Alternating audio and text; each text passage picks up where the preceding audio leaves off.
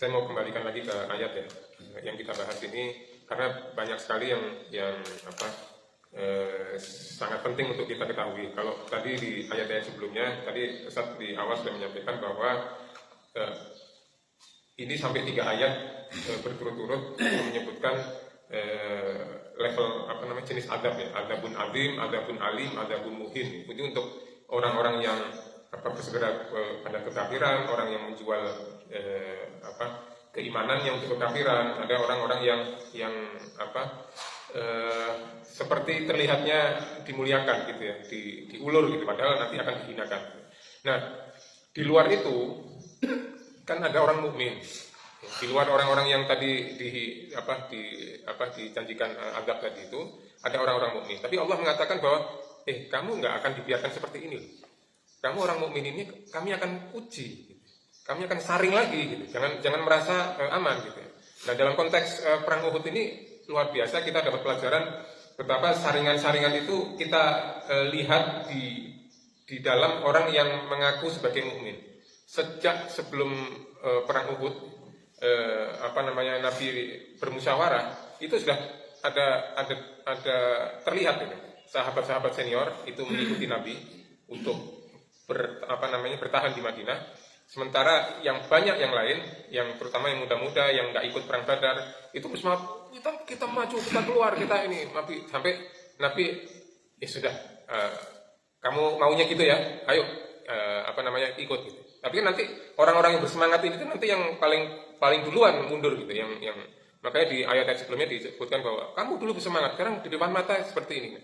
Itu dari mulai sebelum berangkat musyawarah. Setelah musyawarah, mulai muncul Abdullah bin Ubay dengan 300 orangnya yang berhasil ditarik. Mulai kelihatan ya, ini di antara orang mukmin ada 300 orang yang mundur gitu ya.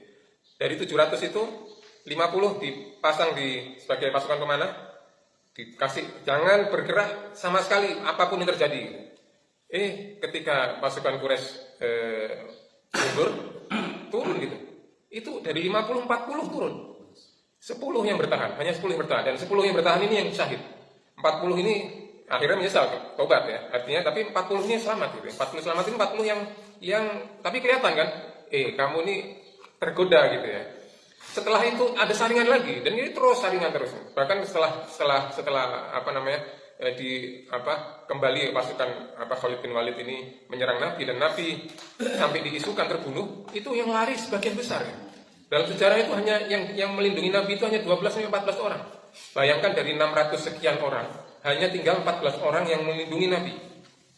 Ada di dalam Sahih Bukhari, Muslim dan sebagainya itu ada Sa'ad bin Abi Waqqas, ada Ali bin Abi Thalib, ada Abdurrahman bin Auf, Abu Dujana. Itu orang-orang yang sementara sahabat-sahabat yang lain karena panik itu lari, dan akhirnya kemudian ketika ada yang mengatakan Nabi masih ada, balik lagi menyesal gitu. Jadi akhirnya tobat. Tapi perang Uhud ini dan ayat ini menyampaikan bahwa kamu nggak akan dibiarkan mengaku mukmin tanpa ada ujian.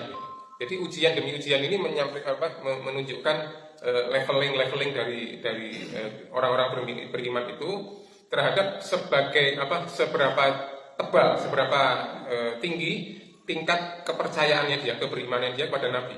Bahwa Nabi itu dia diberitahu oleh Allah yang ghaib. Jadi percayalah kepada Nabi gitu. Maka fa aminu billahi wa rusulih. Ini kan lanjutan dari ayat ini itu karena Nabi itu diberitahu oleh Allah yang ghaib, maka fa aminu billahi wa rusulih, maka berimanlah. Tapi enggak cukup dengan beriman. Wa in tu'minu wa tattaqu. Jadi hanya apabila engkau beriman dan bertakwa, maka falahum ajrun adzim. Maka Allah menjanjikan pahala yang luar biasa besar gitu artinya. Nah, kemudian ayat yang berikutnya ini tentang orang yang bakhil. Orang yang bakhil itu orang yang diberikan karunia, apapun itu diberikan karunia oleh Allah Subhanahu wa taala, merasa kalau diberikan karunia itu maka dia merasa diberikan keberuntungan, maka keberuntungan itu dia tahan gitu, supaya tetap ada di dia. Dia mengira bahwa dengan menahan-nahan karunia itu baik buat dia. Tapi katanya bal huwa syarrul lahum, itu buruk buat dia. Ya seperti orang kalau diberi modal gitu ya, aku beri modal kamu misalkan 100 juta. Nah, 100 juta itu dipakai sendiri nggak dijadikan, nggak dimanfaatkan untuk menjadi tumbuh, maka ya dia sendiri nanti akan rugi kan. Dia mengira bahwa dia bisa menggunakan, menikmati modal itu, dia pikir dia memang untuk dihabiskan, padahal enggak, ini modal gitu.